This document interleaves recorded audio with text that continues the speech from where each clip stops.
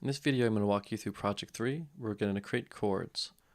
So creating chords might be a difficult thing to do if you don't know much music theory, but Ableton Live gets you some cool tools to kind of automate this for you. So we're going to see how to use those and create some chords in this project. Let's go over to Ableton Live.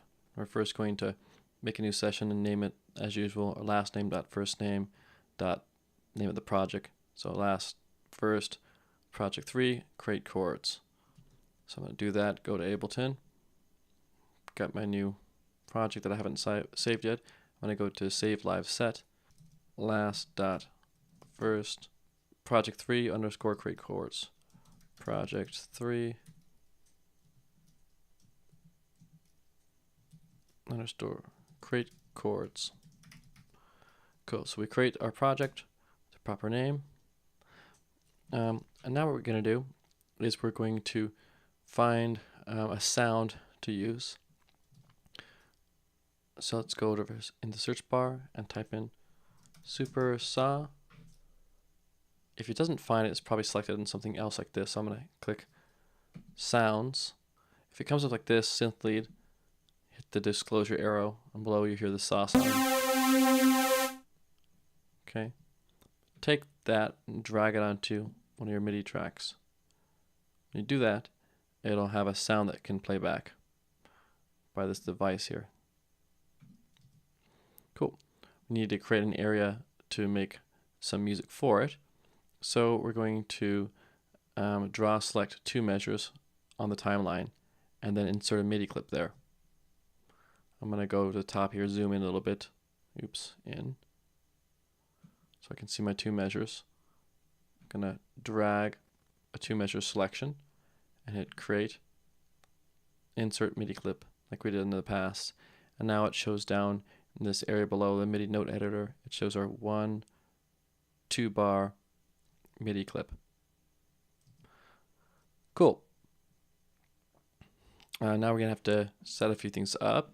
I'm going to turn on the MIDI keyboard by clicking it or hitting M. So that's this thing here.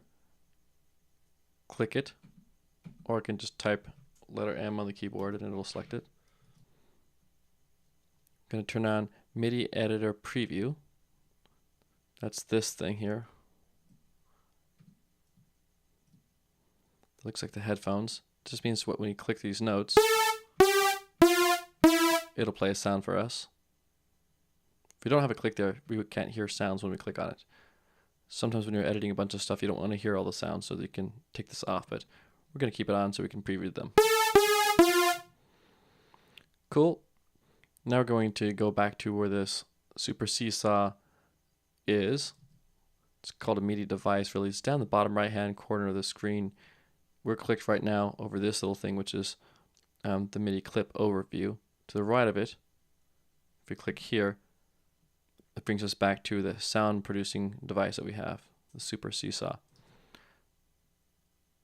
Going to go into collections now on the left hand side of the program and go to MIDI effects and chord, then select house 4 to go. So MIDI effects. Oops, I can't find anything because I have this search still present. I'm going to delete this search. There we go. MIDI effects, chord, and house 4 to go. I'm going to take this and drag it down to the left side of this super seesaw. And what this does is this adds notes to any note we play automatically. It adds notes that are 3 steps above, 7 steps above, and 12 steps. What that ends up doing is it ends up making us this thing called a minor chord. Now we're going to make the MIDI grid be a half note, because that's how long the chords are going to be, either a half note or longer. So we're going to go back to here, to the clip selector, and go to this grid, right click, and half note. Now we're going to move the cursor to the beginning of this clip, and we're going to start entering some notes in by using our computer's keyboard. So let's make sure that if you have you might have your arrow, you might have clicked somewhere and then see this this cursor point. You might see it somewhere else. If so, click in the beginning area, and then it's going to put it right here at the beginning of measure 1.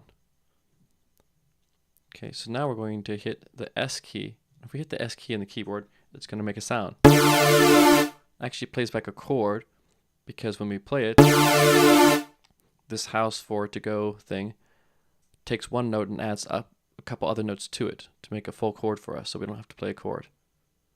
Okay, let's go back to this clip. Now what we're going to do is when we hit it and hold it down, we're going to hit it, hold it down, and then tap the right arrow. When we do, it creates this note for us. This is called MIDI step entry. Whatever note value I have, in this case, half note, if I hit a note and then hit the right arrow, it'll add that note with just the right length for me. This is cool because I can actually hit multiple notes at the same time. There are lots of different reasons why I might want to use it, but it's an excuse at the moment to show you this step entry technique. So I've hit that note, and I'm going to make another note too.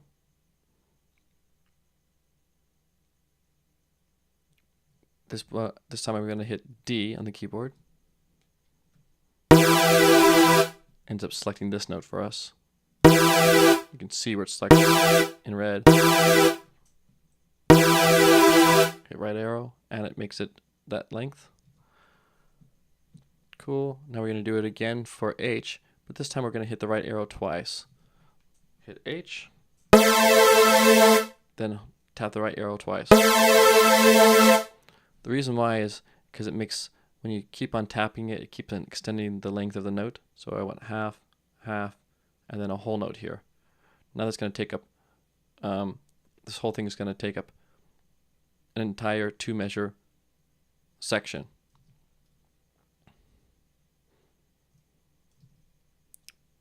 I'm going to click on this fold button now. What it's going to do is, even if stuff was out of range, like I scrolled up, I can't see anything. If I hit fold, it shows all the notes I have and makes them nice and big and easy to see. So I'm going to now click on this clip. I'm going to duplicate it.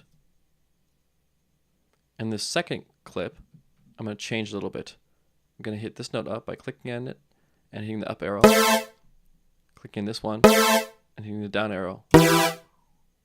So now I've kind of altered the pattern of chords in this second area. If I hold it all down, shift select everything, I'm going to shift select all of it and hit Control L to loop it. Let's give it a play.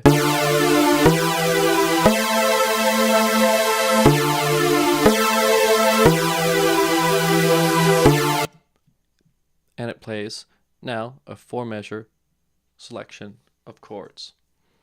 So with that all selected, I'm going to go to my usual file, export. I only want, I'm not going to have it upload to SoundCloud for us because this doesn't work properly in the computers, the way the logins work. I'm just going to have it encode PCM, hit export. It'll create that exported sound file. Then upload it to SoundCloud and paste that link into the assignment on Canvas.